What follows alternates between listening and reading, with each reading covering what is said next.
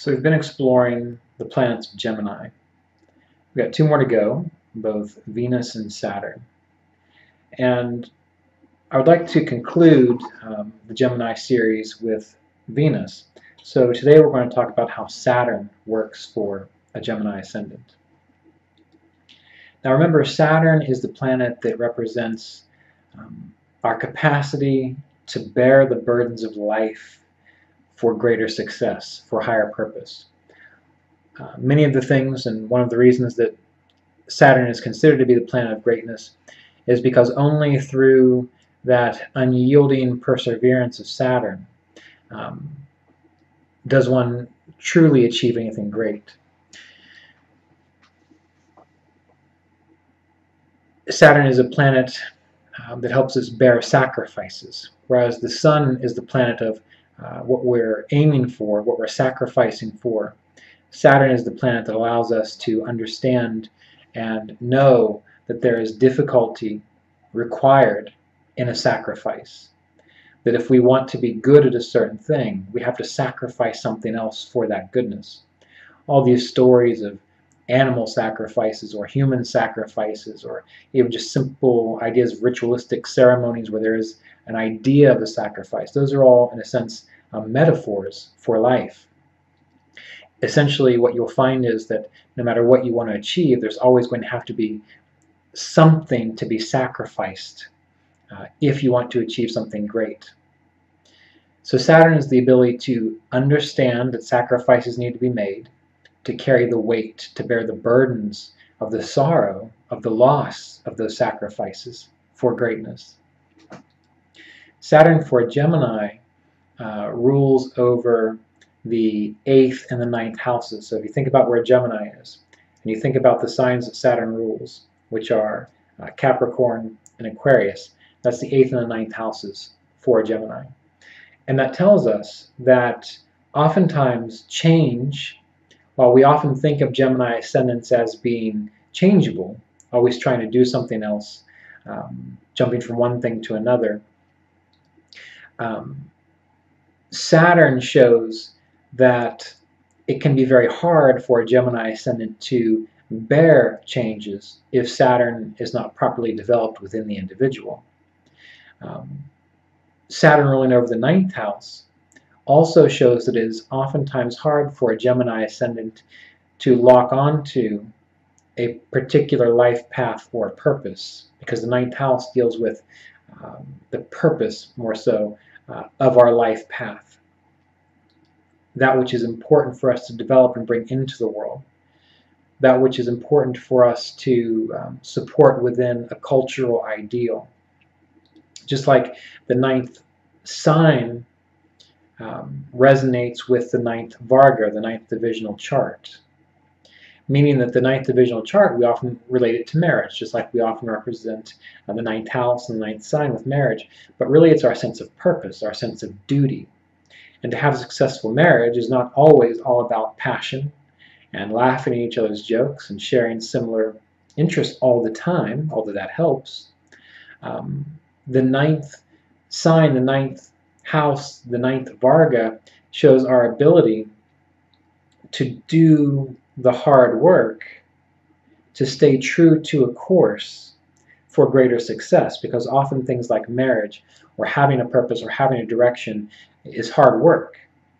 And we see that more so with a Gemini ascendant, who they have to develop their Saturn, they have to be able to lock themselves onto a path, decide this, it is important to see this difficulty in life. It is important to see how this culture needs to be supported. It is important to commit myself to a particular direction and path. And if Saturn is well developed, the person will understand, yes, there will be times where this is hard. There will be times where I fail. There will be times where I may be shunned or scorned. But I know it's important for me to stay true to this path.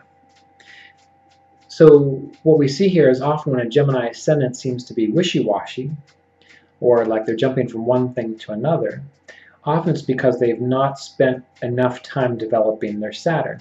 Because if their Saturn was developed, number one, they would be able to walk a path despite the hardships or the difficulties of success in that path. And every path is going to have something that we have to learn from, grow from, and overcome. Every path, whether it's being in a relationship with someone, building a business, raising a child,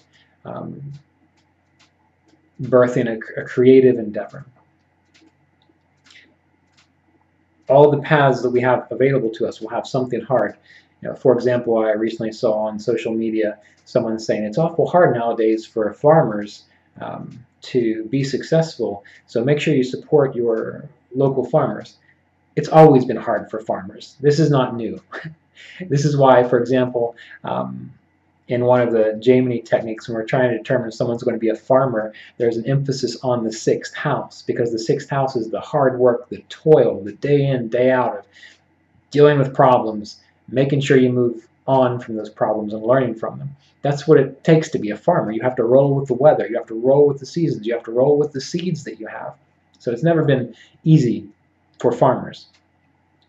Just like for Gemini ascendants, it's never often been easy unless their Saturn and Jupiter is already stellar to allow them to stay true to a course or a path. So we have to bear this in mind when we think about Geminis, and we think about how Saturn relates here. Now, Saturn is exalted in a Gemini ascendant's 5th house. So Saturn is exalted in Gemini ascendant's 5th house. And Saturn is debilitated in their 11th house. So what does that tell us? Well, one of the things that it tells us is that sometimes we consider Mercury-ruled signs, particularly air-ruled mercurial signs, as being neuter or androgynous. And with a Gemini ascendant having Saturn exalted in the 5th, oftentimes Geminis may forego children for the sake of a higher creative purpose or a higher creative endeavor. Of course, that's not going to be true for everyone, because there are plenty of Gemini mothers and fathers out there. But we see the sense of sacrifice coming into their 5th house, which shows that when a Gemini ascendant can really take the time to commit to a creative endeavor, to really perfect their art, not just haphazard art, where they're just sketching this or doodling that or making music a little here and a little there, but really taking the time to cut themselves off from all the distractions and focus on some type of artistic creative endeavor. And when I think of an artistic endeavor, I don't just simply think of art in our traditional sense. Again, living can be an art. Gardening can be an art. Anything can be turned into an art. Astrology can be turned into an art. Building can be turned into an art. Stonemasonry, that's obviously an art. But all these things require that the Gemini ascendant is able to put aside distractions to focus exclusively on what is important to them, what they want to birth in the world. And again, what we see is that for the Gemini ascendant, we have the 9th lord exalted in the 5th house. But it's Saturn, which shows that Geminis can be very good at affecting cultures, affecting their society, affecting their families in a very long-term positive fashion if they're able to work with and manifest more positive Saturnine qualities. We see that it is also the 8th lord exalted in the 5th house. Now, oftentimes Gemini ascendants are considered to be sometimes more promiscuous. But what we see is that we have this 8th lord of sexuality, of transformation, going into the 5th house, which shows that if a Gemini ascendant can find a way to be profoundly committed to their marriage partner despite differences, if they can find a way to transform their own lives as they learn and grow with their partner, now, not transforming their partner, not forcing their partner to learn and to grow, but they themselves are growing based on the relationship with their partner. That can give them a very profoundly satisfying long-term relationship, but it comes down to this idea of focus. This idea of not looking for something better somewhere else, but working with what one has. Geminis do very well in creative endeavors where they're limited. Oftentimes Geminis want to be unlimited, but that's counterintuitive, having the Saturn 8th and 9th Lord exalted in the 5th house. When you give them limits, you say, this is the boundaries in which you're working in, now get creative within those boundaries, Geminis do very well. We also need to consider the fact that Saturn is debilitated in the 11th house, which deals with wealth, personal dreams, finances, income from side ventures, and these sorts of things. When a Gemini is too hyper-focused on organizations, on scattering oneself in a frivolous manner. So obviously the 11th house is going to be important for them for other reasons that we discussed in previous videos. But since Saturn is debilitated there in the 11th in Aries for a Gemini ascendant, the problem comes when they're too frivolous with it, when they're too scattered about it, when they're not focused on an organization where they can affect change and where they can be purposeful and they can utilize their skills and their talents and their inspirations more profoundly. When they're too scattered, too diffuse, Geminis fall apart in that regard.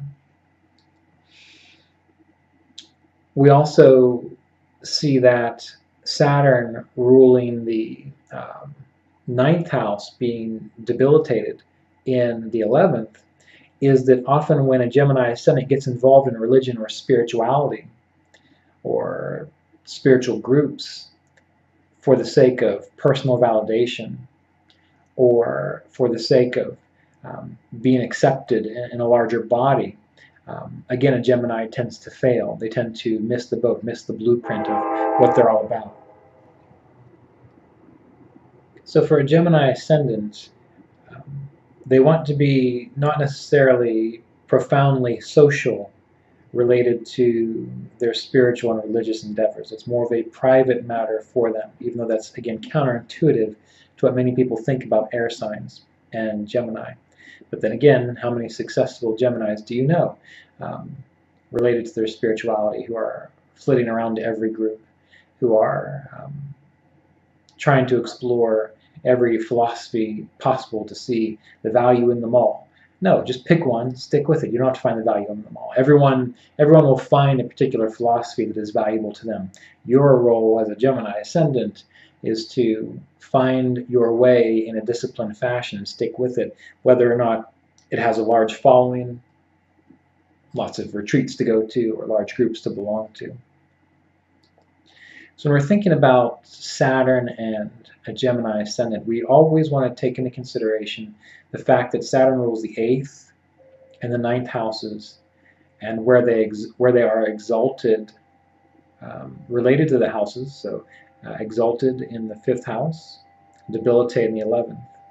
One other thing about having Saturn debilitated in the 11th is that this can show Geminis having lots of problems defining themselves through their wealth or how much money they make. Remember, Saturn always looks down. His vision is down. So he's always going to see the problems of the wealth that they have or do not have. So that's why we want to always try to manifest that 5th house exalted placement, where that Saturn is finding fulfillment through the creative act itself, that contribution it gives to the culture and to the world itself, rather than comparing it to the amount of money generated by doing that. And if a Gemini ascendant can balance that, oftentimes their finances will always meet them exactly where they need to be. Okay. So next, we'll consider Venus for a Gemini ascendant.